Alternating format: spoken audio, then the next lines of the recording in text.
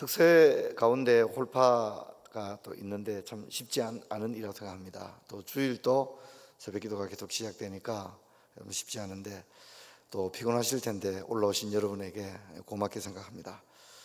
출애굽기에서 오늘은 제사장 위임식을 다루는데 성경을 읽어보면 성경이 굉장히 짜임새가 있다는 사실을 알 수 있습니다. 먼저 하나님을 예배할 성막을 어떻게 만들어야 한다, 이것을 이야기하고 난 다음에 그리고 이제 그 성막에서 일할 사람 누구죠? 제사장이죠. 성막에서 일할 사람 제사장에 대해서 이야기를 하고 또 그리고 제사장들이 입을 옷에 대해서 이야기를 합니다. 지난주에 살펴봤죠. 기억나는 게 있나요? 성막 해막을 만들었던 실과 제사장이 옷을 짜는 실이 어떻게 해요? 똑같아. 엄마와 딸의 옷을 똑같이 이렇게 톤을 맞추어서 입히듯이 그렇다는 겁니다. 그게 굉장히 특이한 거죠. 그리고 이제 제사장의 옷을 어떻게 만들어야 된다는 걸 다 했으니까 제사장의 옷을 어떻게 입혀야 되잖아요. 그게 뭐라는 거죠? 그 위임식인 겁니다. 오늘 제사장에게 옷을 입히는 위임식이 나옵니다. 그래서 29장 1절을 보면 위임식이라고 아예 말을 합니다. 옷을 입히는 것을 위임식이다, 그렇게 얘기를 합니다. 여러분, 직분은 존귀한 것이기 때문에 별도의 위임식이 치루어져야만 했습니다. 직분은 사람들에게 함부로 취급되어서는 안 되었습니다. 여러분, 본질적으로는 인간은 죄인이기 때문에 하나님 앞에 나갈 수가 없고요, 하나님의 이름을 부를 수도 없어요. 그건 지금도 마찬가지예요. 그래서 우리가 하나님의 이름을 부를 수가 없어요. 그래서 우리가 누구의 이름으로 기도하죠? 주 예수 그리스도의 이름으로만 기도할 수 있는 거예요. 어떤 누구도 자기 이름으로 하나님께 기도할 수 있는 사람은 없어요. 그래서 나로 말미암지 않고는 아버지께로 나갈 자가 없는 거예요. 그리고 우리도 하나님을 직접 뵈면 우리가 어떻게 되죠? 죽는 거예요. 그래서 구약의 해막을 보면 지성소와 성소가 이렇게 막혀 있었던 거죠. 그런데 이 하나님과 인간 사이를 막아놓았던 이것을 누가 이렇게 찢은 거죠? 예수 그리스도가 십자가로서 찢은 거죠. 그래서 이것을 바울은 아주 멋지게 표현을 했어요. 뭐라고 합니까? 하나님과 우리 사이에 막힌 담을 자기 육체로 허시고, 이렇게 얘기합니다. 자기 몸을 들여서 하나님과 우리가 하나 될 수 있도록 그렇게 하신 것입니다. 그러므로 죄인인 인간이 하나님께 합법적으로 하나님의 존전 앞에 나간다는 이 제사장의 직분, 이것은 정말 놀라운 일이 아닐 수 없습니다. 그래서 29장 1절을 보면 제사장 위임식의 목적을 말하고 있는데 우리 같이 한번 읽어볼까요? 29장 1절 같이 읽습니다. 내가 그들에게 나를 섬길 제사장 직분을 위임하여 그들을 거룩하게 라고 말합니다. 거룩하게. 위임식은 그들을 거룩하게 하는 것입니다. 그래서 위임식은 어떻게 진행이 되었을까요? 먼저 제물과 예물을 드렸습니다. 여러분, 여기가 우리 한 가지 기억해야 됩니다. 모든 예배는 반드시 예물이 없는 예배는 없다는 걸 아셔야 합니다. 아시겠죠?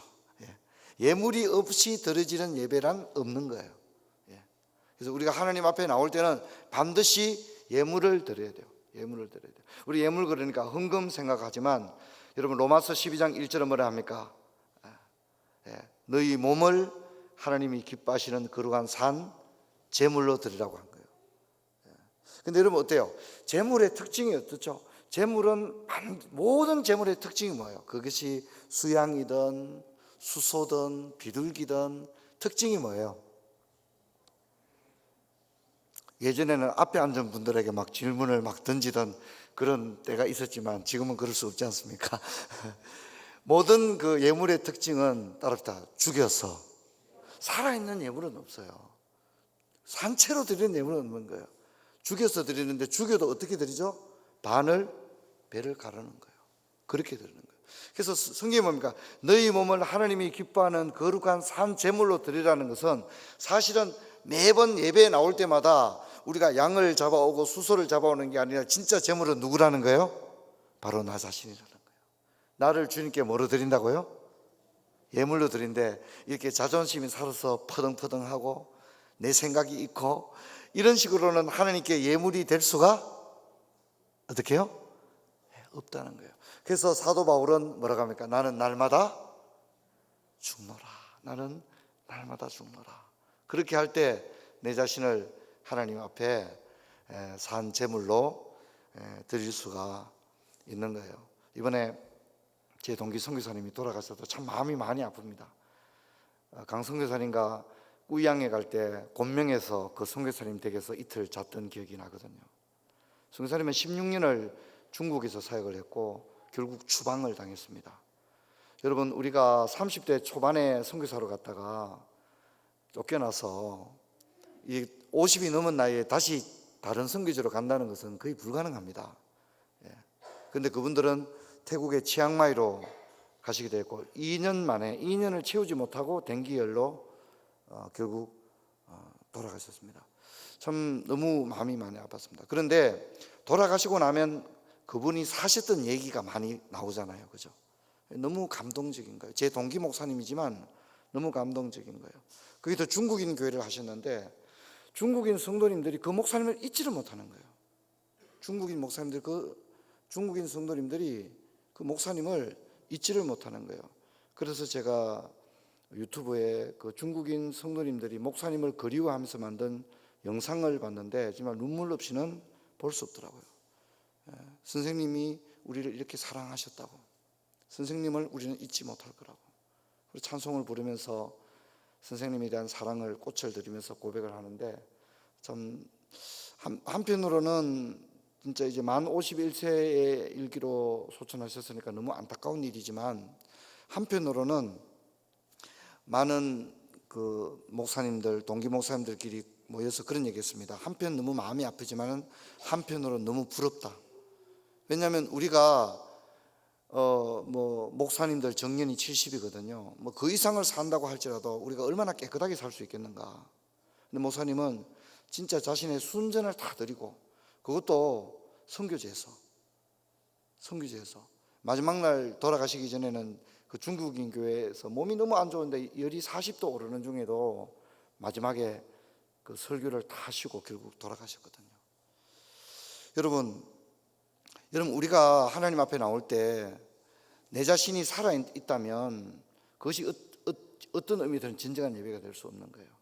그래서 여러분, 우리가 우리 자신을 하나님 앞에 제물로 드릴 수 있는, 제물은 어떻게 해요? 죽어야만이 제물이 될 수 있다는 것, 살아있는 것은 제물이 될 수 없다는 것.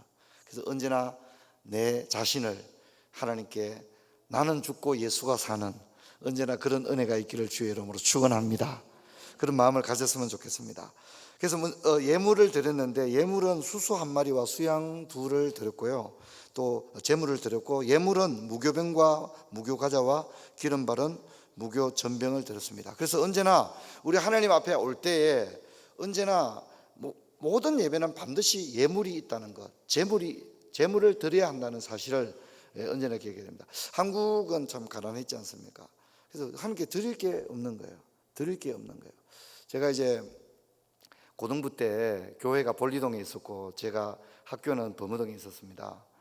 그래서 이제 토요일 날 교회에 와서 잠을 자고 가기도 하고 여러 번 그랬는데, 제가 이제 고등부 때 가장 힘들었던 것은 헌금할 수 없을 때가 저는 가장 힘들었어요.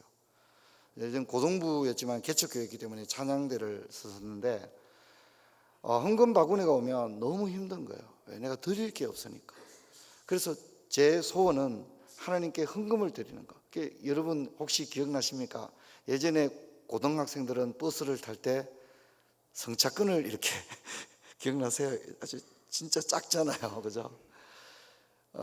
제가 성차권을 드린 적도 있어요. 성차권을 진짜 헌금을 드릴 수 없어서 성차권을 드렸는데, 문제는 뭐냐면 성차권을 드리면 어떻게 되죠? 볼리동에서 범어동으로 돌아갈 수가 없어요. 그래서 제가 걸어서 간 적도 있어요. 볼리동에서 범어동까지 걸어가는데 진짜 멀지 않습니까? 볼리동에서 범어동까지 걸어가는 거는 진짜 멀거든요. 근데 혼자서 찬송 부르면서 좀 앉았다가도 가고 그랬던 기억이 많이 납니다. 우리 한국 교회도 참 가난했지 않습니까? 그냥 주님께 드릴 게 없는 거예요. 그래서 뭘 드렸냐면 따라합시다. 날연보. 워낙 드릴 게 없으니까 하루를 드리는 거예요. 그냥 하루를. 그냥 교회 아침부터 일찍 와서 교회 불도 뽑고, 그죠? 청소도 하고, 또 뭐 예전에는 교회가 다 마룻바닥이었잖아요. 그죠? 그걸 또 쓸고 닦고, 뭐 깨끗한 데도 막 쓸고 닦고, 아니면 뭐 전도지를 들고 전도를 나가고, 그렇게 하루를 드린 거예요. 하루를. 또 그때 당시에 목사님들이 생활이 힘들었으니까, 생활이 힘드니까 여성도님들이 어떻게 해요? 밥을 짓기 전에 쌀을 한 숟가락을, 밥을 지을 때마다 쌀을 한 숟가락씩 따로 떼어 놓는 거예요. 밥을 한 숟가락씩 따로 떼는 거예요. 그래서 여러분 약정골목의 대구 제1교회 박물관에 가면 그런 게 남아 있습니다. 이제 좀 규모가 있고 역사가 있었던 교회는 아예 항아리를 제작을 해서 헌금을 식사를 할 때마다, 밥을 할 때마다 숟가락으로 쌀을 한 숟가락을 떠서 항아리에 넣는데, 그 항아리를 전도회 같은 데서 아예 항아리를 만드는 것 같아요. 그래서 뭐 대구 제1교회 성미함 이렇게 했는데, 보통은 이제 우리 교회도 성미를 하잖아요. 그죠? 아마 대구 시내에서 성미가 남아있는 교회가 아마 거의 없을 겁니다. 우리 교회가 성미가 지었는데, 본래 성미는 가난한 자도 돕지만 본래는 교역자들의 생활을 위해서 줬어요. 왜냐하면 교역자들의 생활비를 제대로 줄 수 없었기 때문에 쌀이라도 주기 위해서 그렇게 했던 거죠. 가난했지만 드리기 위해서 참 노력을 했다 하는 것을 생각하게 됩니다. 저와 여러분이 하나님 앞에 언제나 드리는 삶 되기를 주의 이름으로 축원합니다. 주님이 가장 받기를 원하는 건 뭘까요? 마음이라고 생각합니다.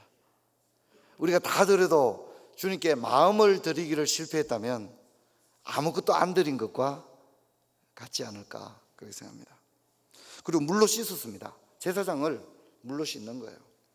또 이것은 제물을 깨끗하게 씻어서 드리는 것처럼 제사장도 하나님께 드리는 것이, 하나님의 종이라는 것은 하나님의 소유라는 거죠. 하나님의 소유. 하나님께 드리는 것이므로 물로 씻어야 했습니다. 그리고 직분을 상징하는 예복을 이제 주는 겁니다. 또 머리에는 관유를 부었고 속옷과 띠와 관을 수했습니다. 신약의 독자들은 이런 본문을 읽을 때 이건 제사장 얘기구나 이렇게 읽을 수 있는데 절대 그렇지 않습니다. 이것은 우리들의 이야기고 저와 여러분의 이야기입니다. 왜냐하면 모든 그리스도인의 이야기인데 히브리서는 우리를 일컬어 왕 같은 제사장이라고 이야기하고 있기 때문입니다. 구약의 제사장들만이 이렇게 특별히 하나님 앞에 나가 예배를 드렸다면 이제는 예수 그리스도의 십자가의 구속사유로 말미암아 모든 신자는 하나님 앞에 나가 예배를 드리는 제사장이 되었고, 이것이 종교개혁 당시에 만인 제사장의 원리로서 우리에게 주어졌습니다. 만인 제사장이라는 것은 모든 사람이 설교를 한다는 말이 결코 아니고 모든 사람이 성직자란 말이 아니라 모든 사람은 뭡니까? 제사장이라는 것은 하나님 앞에 직접 나가 예배를 드리게 되었다는 겁니다. 그러므로 오늘 본문의 제사장 위임식은 바로 저와 여러분의 이야기입니다. 우리가 하나님 앞에 나아갈 특권을 얻은 것에 대해서 늘 감사하고 감격하는 마음이 있어야 됩니다.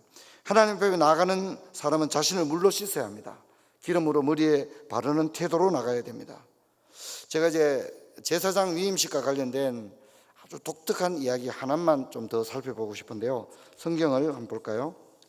29장 29절에서 30절입니다. 29절에서 30절 우리 같이 한번 읽어봅시다. 시작. 아론의 성인은 후에 아론의 아들들에게 돌릴지니 그들이 그것을 입고 기름 부음으로 위엄을 받을 것이며 그를 이어 제사장이 되는 아들이 회막에 들어가서 성소에서 숨길 때에는 이래 동안 그것을 입을지니라. 이게 이제 우리 말이지만 언뜻 읽으면 이게 무슨 말인가 이러시지만 이런 얘기입니다. 옷은 한 번만 만들고 다시 만들지 말라는 얘기입니다. 새로운 제사장이 나오더라도 그를 위해서 맞춤복을 다시 만드는 게 아니라 옷은 계속 하나를 가지고 입으라는 얘기입니다. 의복을 다시 만들지 말고 아버지가 죽고 아들이 나면 아론의 아들들에게 아론이 입었던 옷을 아들들에게 그대로 입게 하라는 겁니다. 아버지 제사장이 입었던 옷을 아들 제사장 아론이 입었던 옷을 아론의 아들들이 그대로 입게 하라, 그렇게 이야기를 합니다. 매번 새로 만드는 것이 아니라 한 번 만든 제사장의 의복은 다음 제사장이 그대로 이어서 사용했다는 겁니다. 여러분, 이것은 매우 시사하는 바가 큽니다. 여러분, 우리가 하나님 앞에 나아갈 때 입었던 옷을 여러분 자녀들에게 물려주게 되기를 주의 이름으로 축원합니다. 이런 의미를 가지고 있습니다. 하나님께 나갈 때 입었던 그 예복을 자녀들에게도 그대로 주라는 겁니다. 여러분, 물려준다는 것은 신앙의 유산을 물려주는 거죠. 여러분, 그렇게 하기 위해서는 부모가 하나님께 나갈 때 입었던 예복이 있어야만 합니다. 늘 하나님 앞에 자신을 정결하게 하고 나갔던 그 예복, 두렵고 떨림, 사모하는 마음으로 나갔던 그 예복이 있는 부모 세대는 자신이 하나님께 드렸던 그 기쁨의 찬양과 하나님의 집에 올라와서 경배하고 위로받았던 그 은혜의 예복을 자녀에게 물려줄 수 있는 줄로 믿습니다. 하지만 부모가 하나님께 나가지도 않았고 설레이지도 않았고 두렵지도 않았고 떨리지도 않았고 하나님 앞에 나갈 때 자기를 정결하게 함으로써 입었던 그 예복 차원의 그런 경건과 거룩이 없었던 부모는 물려줄 옷이 없는 거예요. 왜? 옷을 입지를 않았으니까. 하나님께 나갈 때 입는 옷 자체가 없었고 나가지도 않았고 하나님 앞에 나갈 때 함부로 나갔고 하나님께 나갈 때 특별한 옷을 입고 나가지 않았던, 제가 지지난 금요일에 말씀드렸죠. 평상복 차원의 경건이 아니라 예복 차원의 경건으로 나가야 된다. 제가 그렇게 말씀을 했습니다. 몇 주 전에 광고 때 말씀했죠. 대표 기도하는 분들이 기도로 준비되지 않고 대표 기도하는 것은 한국 교회에서는 참 이해하기 어려운, 받아들이기 어려운 일이었거든요. 교사들도 반드시 기도해야 됐고 찬양대원들도 마찬가지입니다. 여러분, 우리가 하나님 앞에 하는 것은 음악을 잘하는 사람들이 찬양대석에 모여 있는 게 아니라는 걸 알아야 됩니다. 하나님은 음악을 받는 것이 아니라 경배를 받는 줄로 믿습니다. 여러분, 이걸 잊지 마십시오.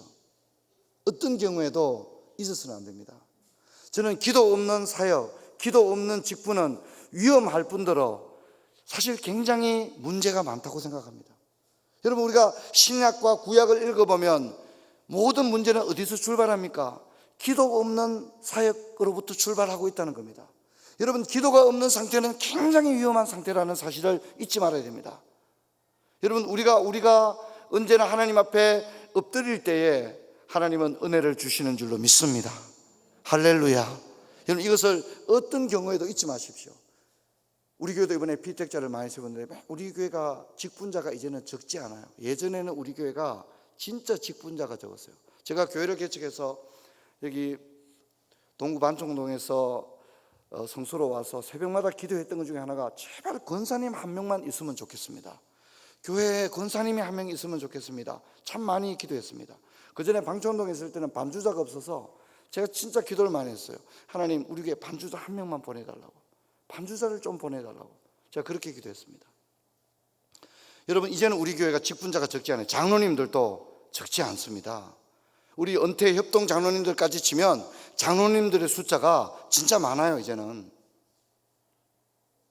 그리고 직분자들이 적지 않습니다. 매년 우리가 직분자를 내고 있습니다. 저는 여러분에게 말하기를 원합니다. 직분을 맡는다는 것은 곧 기도하는 일인 줄 믿습니다. 할렐루야, 할렐루야. 제가 이제 그 버스 토큰이라고도 부르게 했죠, 그죠? 그 토큰을 드리던 그 교회에 제가 잊혀지지 않는 장로님이 계세요. 근데 그 장로님은 예배 시간에 대표 기도할 때마다 언제나 우셨어요. 근데 그 장로님의 울음에는, 장로님이 기도하다 우시면 성도들이 진짜 다 울었어요. 왜냐하면 진짜 장로님들은 그 장로님은 성도님들을 사랑했거든요. 성도님들이 그걸 다 아는 거예요. 저분 우리 교회 장로님이 아니라 그 장로님이 얼마나 성도를 사랑한다는 걸 아셨거든요. 그 장로님은 공장에서 일하는 장로님이었어요. 근데 성도들의 장례식 같으면 공장에서 일하다가 그냥 작업복 차려보라도 반드시 장례식에 왔어요. 제가 기억을 해요. 근데 보통은 보면 이렇게 이렇게. 근데 그 장로님은 손을 잡고 우시는 거예요. 진짜 성도들의 아픔을 자신의 아픔으로 알았던 장로님이었어요. 그리고 새벽기도 때 제가 이렇게 보면 그 장로님 항상 우시면서 기도했어요. 하나님, 어느 집사님 어떻게 하면 좋습니까? 어느 집사님 이렇게 몸이 아픕니다. 성도를 위해 기도했어요. 여러분, 우리가 하나님 앞에 교사든 장로든 목사든 어떤 직분을 맡는다고 하는 것은 유능하기 때문이 아닙니다. 우리가 토익 토플 쳐가지고 목사 되고 장로 된 게 아닙니다. 여러분, 우리는 하나님 앞에 매우 부족함에도 불구하고 주님께서 우리에게 직분을 맡기신 줄로 믿습니다. 그러므로 우리가 할 일은 뭐냐면 하나님 앞에 사랑하는 겁니다. 하나님을 사랑하고 이웃을 사랑하는 겁니다. 교회를 사랑하는 겁니다. 여러분, 저와 여러분이 이렇게 되기를 주의 이름으로 축원합니다. 축원합니다. 자꾸 교회에서 많은 걸 하려고 하기보다 무엇보다도 기도하십시오. 기도하기를 힘쓰십시오. 여러분, 자녀들에게 예복을 물려줄 수 있기를 주의 이름으로 축원합니다. 아버지가 입었던 옷을 아이들에게 물려주라고 말합니다. 물려줄 옷이 있기를 바랍니다. 아버지가 입었던 그 옷을 물려줄 수 있기를 바랍니다. 저는 특별히 우리 푸른 조선교회가 가정이 바로 서고 자녀가 신앙으로 세워지는 교회가 되기를 바랍니다. 도서관이 건축되는 일도 우리의 이런 여망이 있기 때문이라고 저는 생각합니다. 주일 예배와 가정 예배를 통해서 부모 세대와 자녀 세대가 신앙으로 연결되어지고 자녀들이 말할 때 아버지와 어머니의 신앙을 이야기할 수 있는 그런 은혜가 있기를 주의 이름으로 축원합니다. 축원합니다. 이제 우리 아이들도 이제 많이 자라서 종종 이제 그 아이들이 어릴 때 엄마 아빠에 대한 소감을 아이들이 이야기를 해요. 그러면 이제 두렵죠. 엄마 아빠에 대해서 아이들이 평가하니까 두려운데 우리 아이들이 그런 얘기해요. 엄마 아빠를 생각하면 아이고 아버지밖에 생각이 안 나나. 입만 열면 아이고 아버지. 교회를 개척해서 힘들고 어려운 시간들을 보낼 때 우리 아이들이 유년기, 청소년기를 보냈으니까 이번에도 아이들이 집에 와서 그러더라고요. 엄마 아빠를 생각하면 아이고 아버지밖에 생각이 안 난다고. 맨날 아이고 아버지 맨날 그랬다, 그런 얘기를 하더라고요. 자녀들이 모르는 것 같고 무심한 것 같고 철없는 것 같아도 볼 건 다 보고 들을 건 다 듣는다는 겁니다. 그래서 여러분, 우리가 아이들에게 어떤 아버지, 어떤 엄마가 되어야 할까요? 제가 창세기 얘기를 하지 않아도 여러분 다 아실 겁니다. 창세기에도 많은 아버지와 어머니들이 나오고 있지 않습니까? 그리고 거기에 많은 가정의 이야기들이 나오지 않습니까? 여러분, 저와 여러분이 아무쪼록 오늘 이 제사장 위임식에 대한 이야기를 조금 살펴봤는데 뭐 다른 거 다 기억나겠습니까? 한 가지는 뭡니까? 아버지가 입었던 예복을 아들에게 어떻게 해요? 그대로 물려주라는 이 말씀 하나 붙들고 오늘 우리가 기도하게 되기를 주의 이름으로 축원합니다. 나는 물려줄 예복이 있는가? 우리 아이들에게 물려줄 그런 내가 하나님 앞에 입고 나아갔던, 하나님께 엎드렸던 그 예복을 아이에게 그대로 입혀주라는 겁니다. 여러분, 우리가 이 예복을 가지는 저와 여러분 되기를 주의 이름 축원합니다. 들은 말씀 기억하시고 우리 한번 찬양한 다음에 기도하고 돌아갈 텐데, 특세 기간에는 뭐 토요일, 주일 계속해서 새벽이 이어집니다. 좀 힘드시더라도 조금 일찍 주무시고 힘내셔서, 특별히 이번에는 우리가 자녀들을 위해서 기도하는 일에 또 마음을 모을 수 있기를 주의 이름으로 축원합니다. 찬양 드리겠습니다.